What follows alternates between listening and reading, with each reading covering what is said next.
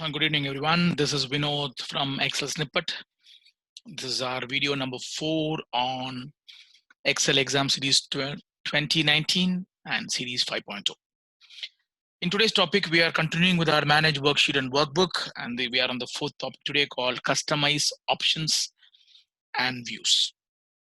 In customize option and views, we are going to see how to work with customization of a quick access toolbar and how to display a sheet in multiple dimension and how to freeze a row on a column and how to change the view of the window and how to add properties. The property is what we saw in our video number 2 itself. So we're going to see them again. And finally, we're going to see how to work with display formulas. So if you want to go for a quick access toolbar, normally you will see on the top, this is the quick access toolbar that you have here. So sometimes what happens is this quick access toolbar might be available even in here. So below your ribbon. So for example, if they want to add maybe a quick print to this quick access toolbar. So when I click this, you can get a drop down here. They'll ask to add any one of them in this list, or you can pick up a more command option to get something else which is not available in this list.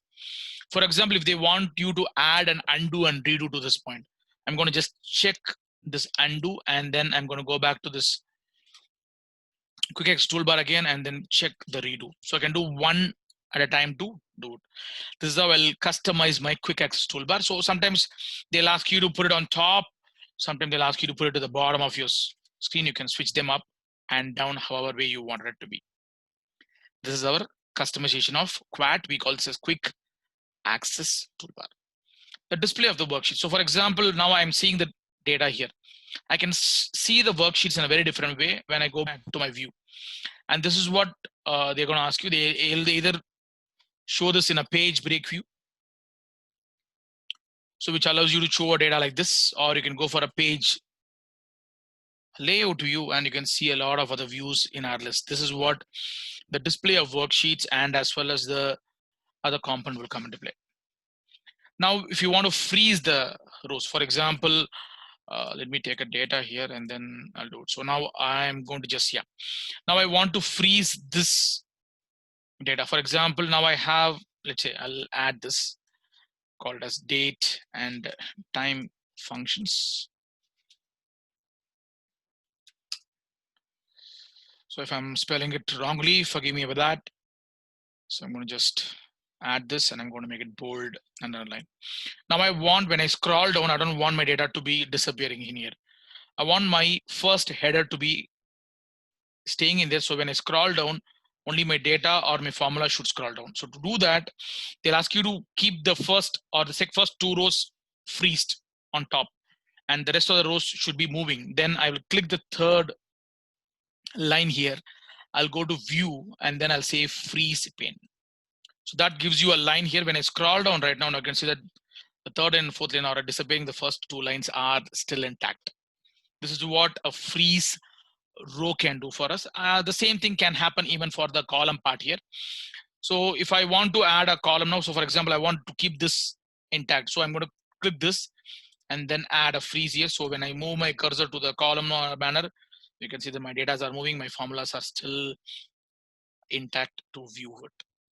This is how I'll freeze the data here. And the property, if you want to see in the sheet properties, you can go back to my file tab and then you can choose the info path. And in the info path, you have the properties coming on the right side of your list. Not all the properties will be displayed for us. So if you want to see all the properties, for example, if you want to add the company name here, then you have to see that is not there in the list. When you say show all properties, you can see that automatically it adds here. You can add a subject here. So I'm learning Excel exam series 2019. So I can add them. Then now that is the subject that I'm dealing with. So that's how I can play around with the property. They'll ask you any one of them to deal in this list. Generally, they ask you to add a status here or maybe a subject. Sometimes they'll ask you to add a category, something like that. You can come back to this point. If that does not displaying in here, don't worry about it. Just click that show all property details. So you get all the details and then you can just type it here.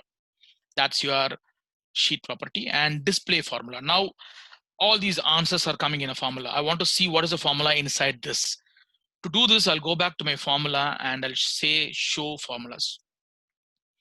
That automatically expands the list here, and you can see that the formulas are shown inside here. So this is how the display formula can be shown in here. If you don't want that, I can just check back, so it shows you the results. This is our next logic, that is called manage worksheets in custom options and views in Excel. This is Vinod from Excel Snippet. Your Excel exam series 5.0 video number 4 is over. Thanks for watching. Continue watching more. I'll be adding one more video to complete this manage worksheet and workbook in today's list. I will try to add the Excel exam series of 2016 also. There is no big similarity.